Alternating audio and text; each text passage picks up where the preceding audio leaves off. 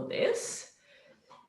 So I'll start the recording. Great. Now I'm going to go live and share it on Facebook in that group. And then I'll add you guys to that group as well, if you like, because people yesterday, we did one 2 days ago, and people were so touched, you know, and they were so grateful and they were so thankful to the couple that came on, and you guys, I would love for you to experience that too.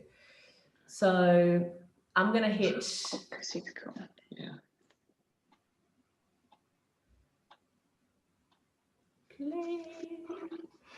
I'll introduce it and then we'll get on with it.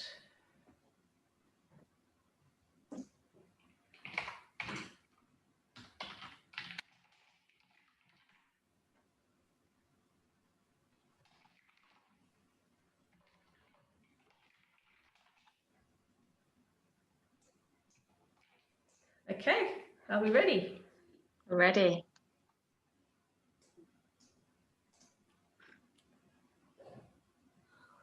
I think that we are almost live. Let me confirm. I always like to confirm to make sure that it's all, everyone can see us and hear us. And before we get straight into having a great chat and then figure out that it's not going anywhere. but actually, I think that these days it's pretty safe that Facebook Lives are great. So we are absolutely live. So that's awesome. And today, thank you so much, Annaliese and Stuart, for coming in and accepting my request and my invitation to have a conversation about your story and to share, you know, the journey, I guess, that you guys have been through and that you have been on for the period that you did. And so, you know, it would be lovely if I can just allow you guys to have the space and share, you know, a little bit about your story and how things kind of developed and it evolved for you. Absolutely. So yeah, I mean, our story, I guess we're 4 years on from where we originally started, but I mean, we were very lucky. We came into all of this with a little girl already. We were lucky enough to conceive our first child with no issues. It was really, really fast. And I guess really you expect your subsequent children to follow, you know, conceptions to be the massive surprise when months and months and months passed and there was just nothing was happening. So, you know, I guess I went to the doctors, as you do. You kind of take what you think is the obvious path, and explained that, you know, nothing was happening. And I was quite tearful, I think, you know, because we'd met a bit later as well. And we'd had this thing that, you know, we knew what we wanted. We wanted to get going. We didn't want a big age gap. We didn't want to be old parents. And I was quite stressed, I guess.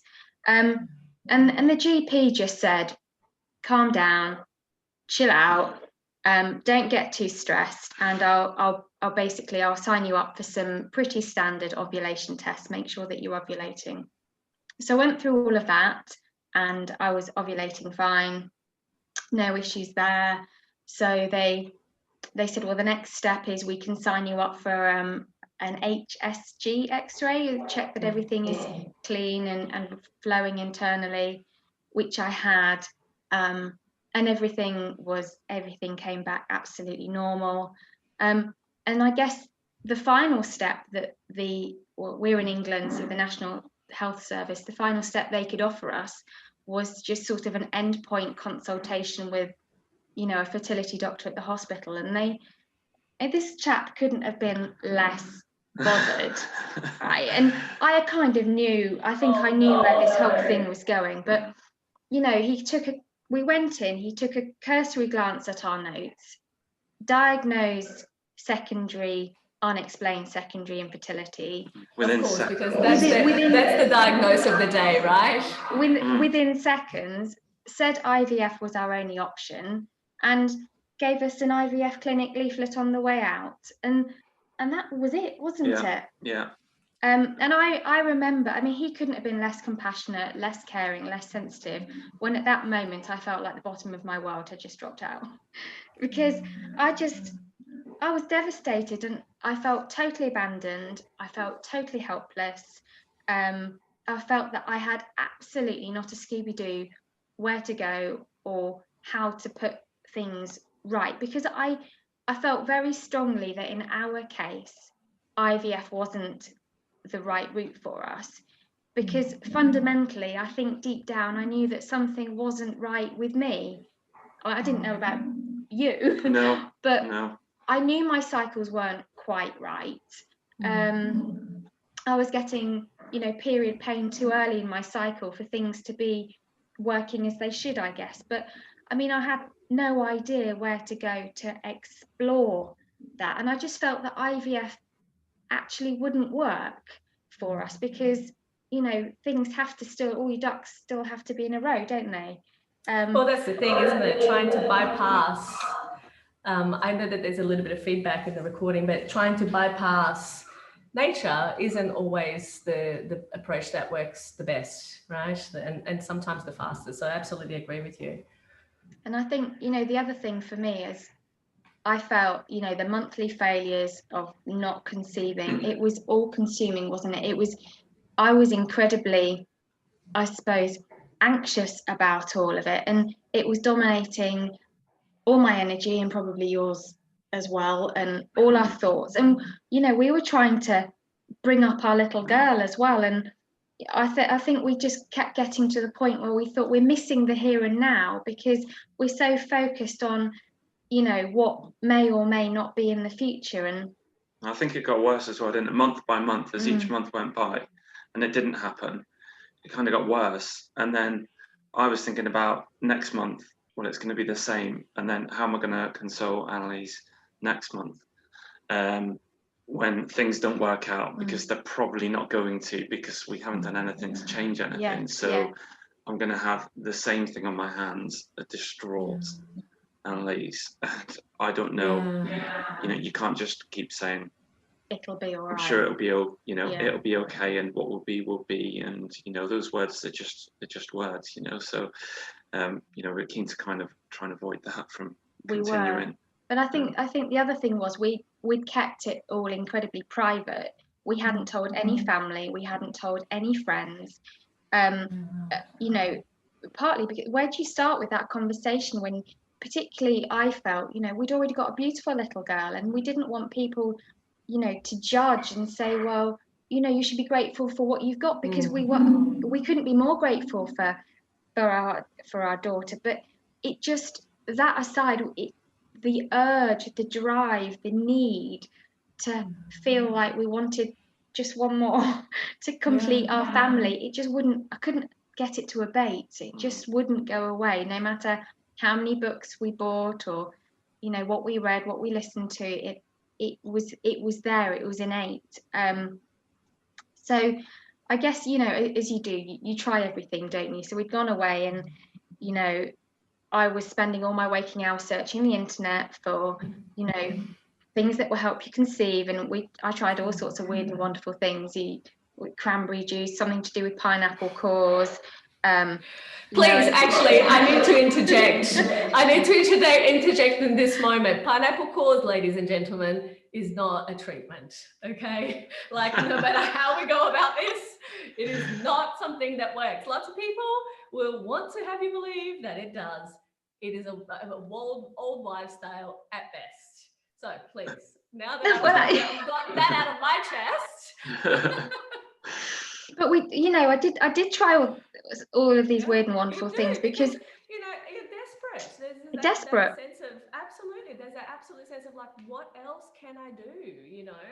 But and this is part of where we've often talked about this, isn't it? Where most of the time couples come in, they've tried and they're trying all of these different things. They're doing 80% of the effort that only gives them 20% of their result, as opposed to the other way around. So they feel exhausted. They feel like they're, what else and what more can I do? But it's still not getting to the bottom of the problem or addressing the problem effectively. So absolutely. And I think we knew that there was, we really did need something significant was missing, was needed. We just didn't know what it was. And then it was early January, 4 years ago. And you know, whether it was the wonders of Facebook and its algorithms, knowing what I was searching for and all of these things, or whatever it was, the universe had our back, probably all of those things. But Facebook delivered you to us. And you know, this 14-day challenge, as it was, sort of appeared, and I thought, oh well, I'll have a look at that. And I signed up and I read. I didn't tell Stu about it, actually. I was just, I remember, you know, having it up whilst I was brushing my teeth one morning, and Gabriela, you appeared and you were talking about minor factors. And it was like a light bulb moment. I thought, this is it. This lady gets it. This is me. This is us. This is totally where we're at. And I knew, you know, that it was a great path for us. This was what we needed. So I sort of, as a bit of an aside, as I left the house one morning, having listened to all of the sessions on my own, said to Stu, you know, you really should have a look at this. I think there might be something in this for us. And left it with you, didn't I? And came back, and what you said was, and what you thought was actually two slightly different things. Because what you said was, well, I said, yeah, let's go for it. I'm in, you know, but deep down, part of my brain was thinking, this is absolutely bonkers. What on earth is all this about? But hey, we've got nothing to lose. No. You know, beggars can't be choosers when it comes to this sort of thing. And you know, perhaps there's something in it. It turned out there was. There really was. And you know, and we actually put recommendations into place really quite, or we started putting them into place almost immediately, and you know, making the necessary changes, doing the work. And it really was extremely alien to us. I mean, you know, some of the changes that are recommended, and there were so many aspects. I guess we tried to break it down so that we were going steady away, but there was a lot of work. I mean, clearly it was possible, because we, you know, in amongst bringing up our daughter and our working lives, we did make it happen. But I remember you saying things to me like, I can't change my toothpaste, I've got sensitive teeth, and I can't drop caffeine, because everyone at work has a coffee when we go for our meetings, and I'm not going to stop riding my bike. I like riding my bike. You do? You haven't actually really been back on it. No, I haven't. That's a different point. That's a different point. But I guess what we did was, you know, we got on with making the changes. We put as many as we could into place, but we still knew that actually we needed that holistic view, because it needed to be, we felt that what was going on inside of us needed a look at a sort of bespoke, tailored level. Bizarrely though, at that stage, for me, it's very much, well, yeah, I'm absolutely in full support of doing this. But there's probably something wrong with Annaliese. It didn't really kind of hit that. Stu, did you ever think that maybe there might be something wrong? Because it was a case of, well, it's, you know, first time around is fine. Problem. It's probably a ladies thing, yeah. And it genuinely didn't even really occur that there could be anything wrong with me. Like, honestly, your honesty and how it's amazing, because most men won't actually admit to that, right? They won't admit to the fact that that's essentially what was going through their mind. And sometimes men become very defensive when they're asked to make changes, because they feel like there's nothing wrong with me. Well, you're 50, but there's nothing wrong with anybody. Let's just start there, first of all. There are just biochemical adjustments that need to happen in order for a baby to come to play. And it takes two people, because fertility is a team sport. And not only that, the situation is that I always say, you know, like every single person at this very moment already has 50% of that little baby that they want to create, right? So what we need to do is we need to optimize those cells and the biochemistry that goes along optimizing those cells if we are to have the best possible outcome. And it absolutely takes two people. So, you know, it's one of those very kind of basic but vital things that standard therapy doesn't really take into consideration, because, you know, Annaliese, as you said, it's like the doctor checked that you're ovulating and that your tubes weren't blocked, but Stu, yeah, what did they do for Stu? You know? Gonna be nothing wrong here. Yeah. Exactly.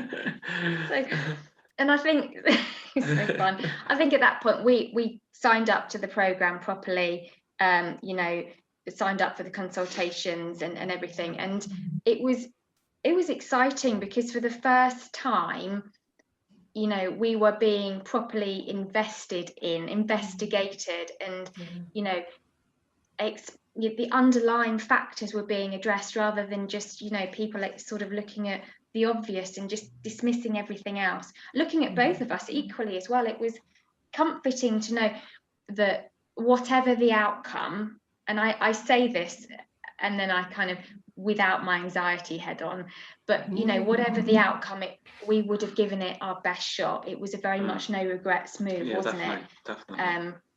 You know, because actually I would have liked that to have been great, but at that point in time, without all the emotional work that we then went on to do, I really wasn't okay without, you know, sort of going home with a baby.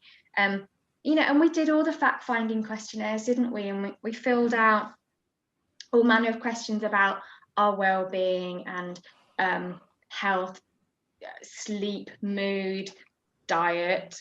And I don't think we thought we were in too bad shape, did we? We knew clearly something was going on, but I think we were quite shocked collectively, weren't we, when we were told that we had between us 37 minor factors, which I think actually progressed as the investigations went along to be a great deal more than the 37 we'd sort of initially owned up to. Yeah. And this is the thing most people don't realize. You know, I often say to people when they give me their fertile diagnostic test score, I go, look, one thing you need to know is that this is what you know of right now. And when we prepare a case for treatment, it's not unusual for that number to double or triple. But that's not the problem, because we, at any given point for our patients, are managing and project managing, so to speak, you know, hundreds of minor factors at the same time. So that never concerns me. The number of minor factors doesn't mean in this context. Outside of this context, more than 3 minor factors, as we know, is, and this is epidemiological research, this is not numbers that I've created. We know that from basically population studies around the world, if there are 3 minor factors or more, a couple is very, you know, you've got an average time to pregnancy of 40 years. No one has 40 years to get pregnant. But what we see for our patients is that despite the high number of minor factors that we actively seek, we know that we're looking at, you know, being able to take home healthy babies, even when we're dealing with minor factors in the hundreds. But there is work to be done. That's really what it means, is that there is work to be done. And it's work that unless it's done, we end up with more of the same. So absolutely, you know, so interesting that you say that, but it's very true.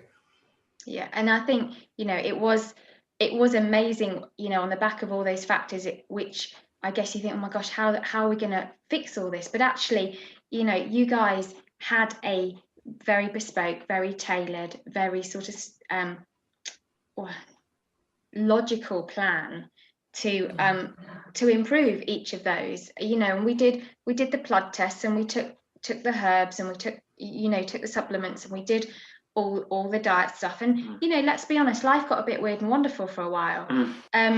It really did. As it does. as it does. But in so many ways, it was a good thing then, and it's still a good thing now, because we are still living our lives with a lot of what we learned in place, because it's the right, and it's good for us, it's good for our daughters. You know, I guess the main thing for us, or one of the main things, I talked a bit about my anxiety, Gabriela, and you know that, you know, I really got myself in knots. I'm a very analytical person. I tend to overthink everything, and it did consume every waking thought. And I think the emotional element of what you provide was the key for us, actually, to be successful in the end. You know, and we met with, it was probably about regular interventions, you know, for about 6 months, wasn't it? Consultations and things, and they were vital, because you guys kept looking at our results, you kept tailoring things for us, kept adjusting what we were doing. And we could see, couldn't we, through my basal temperature, we could see the improvements coming, and that was exciting, wasn't it? I mean, it did take time, but we knew it was going to take time. You know, you explained that to us, and that's what it's. So we did have to be patient and just do the work. But it was evident that the factors that we had started with were being addressed, because things looked better and we felt better, didn't we? Yeah. We felt better physically, we felt better mentally. You know, we were better prepared than we ever for whatever happened. You know, and then when we were told that we could start to try conceiving again, I mean, I'm not going to say I was dead excited, but there was still that element of we're going back into the emotional turmoil of it all if it didn't happen for us.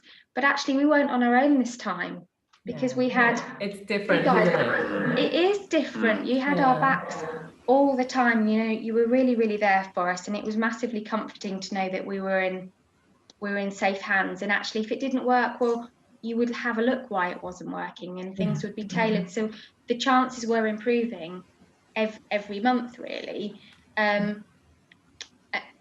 But we got to a point, didn't we, where we kind of said, look, we're going to give ourselves a 12-month window from the start of all of this to the point at which we'll probably stop, because that's our call. You know, that was one thing we could control. We couldn't keep going forever. And I guess at some point towards the end of that 12-month period, I was still quite conscious that my mindset still wasn't conducive to a positive outcome. And at that point in time, you were running one of your mini programs, Gabriela. It was the Redefining You session, and it was absolutely a massive turning point for me. I keep saying I had nothing to lose. I didn't. What I was doing wasn't working. So I needed to completely turn it 180. And that program supported me completely in doing that. And we changed everything, didn't we? We went a bit mad, really. I mean, I completely embraced the surrender thing, which at one point in time I thought was completely, literally mad. I printed it off. I had it all around my bedroom. It was the first thing I saw in the morning, all these big posters of surrender. We did Miracle Morning, didn't we? We completely took on the full body and mind relaxation, positive affirmations. It's amazing that you say this, because I remember at the time when we were running that program, and I remember it so clearly because I had a conversation with you about the fact that we needed to just, find a way of calming down, because the stress and the anxiety of it all, and it's not, and you know me well now, and you know that I'm not a proponent of, stress causes infertility, but the reality is that it certainly doesn't help, right? And in general, feeling so tense and wound up and anxious is just not great for you in general, right? In your life. And so I remember that we were having that conversation, and also at the time, that Stu was showing up to all of the sessions and coming into book club sessions. And I was like, yes, because I love it when the men participate. So it was absolutely fantastic. But you guys really did have a huge turnaround.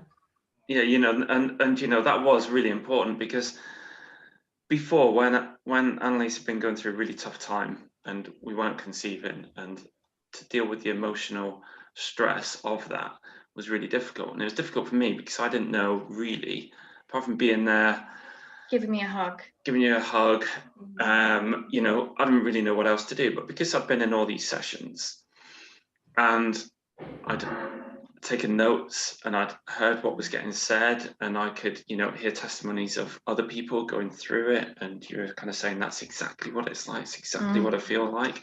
And then you're talking about coping strategies, and I'm writing down these coping strategies like they're absolute gold, thinking, right, God, this one's going to come out quite often, When tools in our armory, you had tools in your armory, didn't massively, you, to deal with me? Tools in our armory. And so that when that moment did come where there's loads of stress, I'd say, right, hang on, stop. let's think about this, remember that. And straight away it's like, you know, calming. Yeah. You know, Still now we say to each other, what would Gabriela do? Yeah. We do. Love it. It's you know, this is what I always say, like we tend to be, and I mean obviously in our case it's even more true, but you know, we are here for our patients, not just for the ability to conceive and take, you know, a healthy baby and pregnancy to term, but really we stay in each other's lives forever, right? Yeah. And that's the beautiful thing, is that, you know, it's being able to have that support and to have that kind of ability to learn things that are going to help you. For me, this is what is most important on this journey, is that we're able to support our patients to learn tools, strategies, and ways in which they're going to be able to utilize for the rest of their life, really for their parenting years, because we know that the vast majority of our patients are going to take home babies. So we're really, for me, I want to be preparing our patients for parenthood and to be able to have a solid family foundation that's going to benefit the children that come into this world. You know, that's really why I do what I do, to be honest. It's not for the baby. I say this all the time, you know, I do what I do and people come because they want the baby, but really what I want is for people to be able to have the very best version of themselves and be strong in the knowledge that they are whole and they're complete and they're able to deal with their lives in the best possible way, you know. And it warms my heart so much when people actually engage in that process through this journey with us, you know. So it's beautiful. I just love it. So we did, you know, we did all the relaxation and everything, and I guess the key thing for me in the end was actually I was analysing my temperature in the morning, and you know, it was sort of setting my mood off for the day and things. So for those last 2 months where we were sort of trying, I guess, I just didn't look at my temperature. I kept the thermometer facing down, and passed it to you, and Stu wrote it down. And then he wouldn't face me, would you? You'd like turn away. So and so life for me actually was very relaxed, which was exactly, you know, we were for you. We were almost the best we'd been, weren't we? We were relaxed. Life was good. And what would be. And then, you know, actually 2 months later, we did get the positive pregnancy test. And I knew I was pregnant because everything was stacking up. Everything was stacking it right. And I just don't think we could actually believe it, that we'd done it. You know, we'd put in so much work. We had gone, no regrets. We kept each other absolutely true through the whole thing, because we were, you know, we are a team, and we were in it for each other, so that we couldn't ever look back and say we didn't try hard enough or whatever. And to have turned our chances around completely, from being told at one point IVF's your only option, to do it naturally, doing it our way, and finally having that achieved our dream of a second pregnancy, and also being better versions, as you say, better versions of ourselves. It absolutely are, and better for Lois as well, our older daughter. Definitely. You know, and we're 4 years on now. Since we started that fertility challenge, and you know, and I guess we've got to say that without the support, Gabriela, we wouldn't be here with Zara, who is a joyous, glorious 2-year-old. And she has completed our family. You know, we are, to you and the whole Fertility Breakthrough program, it's changed our lives, and so much for the better. And we just could not be more grateful that you came into our lives, that you're still in our lives. It's really a beautiful thing. So thank you very much. It's such a privilege. It's an incredible honor for me. And thank you so much. And, you know, like, I think that one of the things, and Stu, you have honored me more than, you know, I was saying before, you know, that I talk about Stu all the time. You probably have already heard me talk about Stu. I talk about Stu probably, you know, to every patient that I talk to, because this man, not only is he an incredible support for his beautiful wife, but, you know, he really did the work, the inner work, the emotional work, the support work to get to the point where, you know, because we did end up finding lots of things, didn't we, Stu, that we needed to improve, from immunity to nutritional deficiencies to gut health to DNA fragmentation to, you know, all these things that needed to be improved and needed to be addressed so that we could give you both the best possible chance. And you took it like a champ. You just like, you got in there, you got the work done, you did the things that you needed to do, despite the fact that you thought it was bonkers to begin with. I won't, you know, I will let you live that one down. Don't worry. Not everyone's perfect, right? But you know, you did such an amazing job. And you know, when you made that post, you know, she wrote this post that for the patients in the Fertility Breakthrough Program, if you are in the group, in the secret group that we have for our patients, you can just search Stuart and you will see this post that I'm talking about. Where to this day, I read that post from time to time, by the way, to reconnect and remind me of why it is that I do what I do. And it never fails to warm my heart and make me realize that, you know, what I do is so much more than help people have babies. And it's just beautiful to know the impact that, you know, the input that we've had in your life and how that's changed your life for the better. And I am so grateful. And I always say to my patients, you know, like, these are the Christmas cards that I got this year. I tell all of my patients that if they have one of my babies, that I expect Christmas cards for the rest of their life. I do not care if they are Christian or not. I'm not Christian, and I still expect Christmas cards, no matter what, right?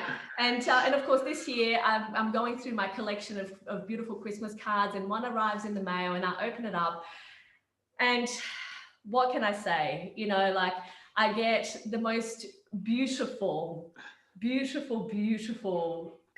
picture of this absolute gorgeous family, and these just delightful little girls that, honestly, you guys, even talking about it, I just, you know, have goosebumps, because how absolutely treasure are these little beings, you know, like, just, you know, and I get this and I'm like, oh, I actually saw this picture and I loved it so much, because it just speaks to everything that we do, doesn't it? It just speaks to the fact that it's about creating families. It's about creating a family home environment that is conducive to helping not only you be the best version of yourselves, but then that has that impact, as you've spoken to, you know, for your daughters and for their upbringing and for their life. So I'm so grateful. You know, please keep me posted every year. Please remember your. Oh, we will, without a shadow of doubt. Please, we will. You know, always. Yeah. I adore it more than you will ever know. So it's absolutely, you know,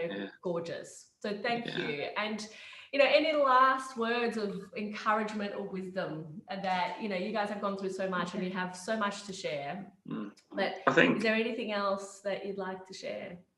Yeah, I think it's just the fact that, like, when you're in it and when it's a struggle and when you've got to make these changes and it's difficult choices and it might put you in some tricky situations or you're finding it hard, you know, at that moment in time, it's all consuming and it can be really difficult. But, you know, where we are now, looking back, it's all worth it. And I'd do it again, and I'd do it 10 times over to have Zara. Absolutely, 110%. I'd do it all again.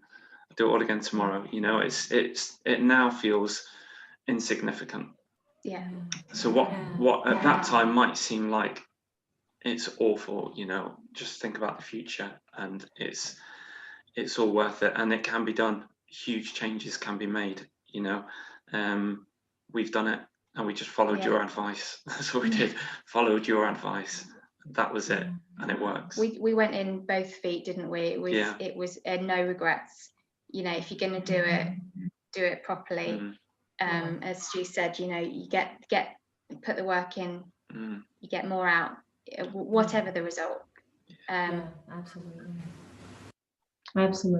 Thank you so much. You know, you guys, like, It's so beautiful to connect with you. And you know what's also beautiful, what I love is the fact that, you know, we continue to take care of your family even after, you know, you're still being taken care of by the team, you know, for your family health and for your family life, which is beautiful. You know, like for me, there's no greater compliment, I'll be honest. There's no greater compliment than my patients not only coming back as they do for their second, thirds, but we're up to third revisits for fourth childs now, where people came to us originally for their first child, you know, and to me, there is no greater compliment ever, that the fact that we can support these couples and support these families to be able to create, you know, the dream family that they envision for themselves, and that we then get to be in your lives forever, you know, like there's just no, for me, that's worth everything. So thank you again so much for coming in, for sharing your story, for helping to show people that there is hope and that there is more that they can do. And I'm so grateful to you. You're very welcome. There really, you know, there really is hope. And just as a final thing for me, I remember listening to one of these 4 years ago and thinking when I left it, I remember feeling giddy. I thought, there's hope.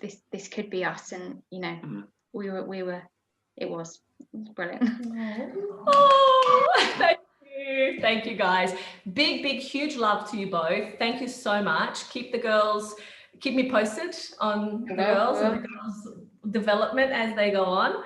And thank you. And I'm going to add you guys to the group so that you can, you know, get all the love. There's so many people saying thank you so much for sharing your story. Your story is so beautiful, you know, and you guys are amazing. So thank you so much. And I'll talk to you soon. Thank you all. Brilliant. Thank you very much. And good luck, everyone. Yeah. Good luck. You got this. Take care. Bye for now, guys. Bye.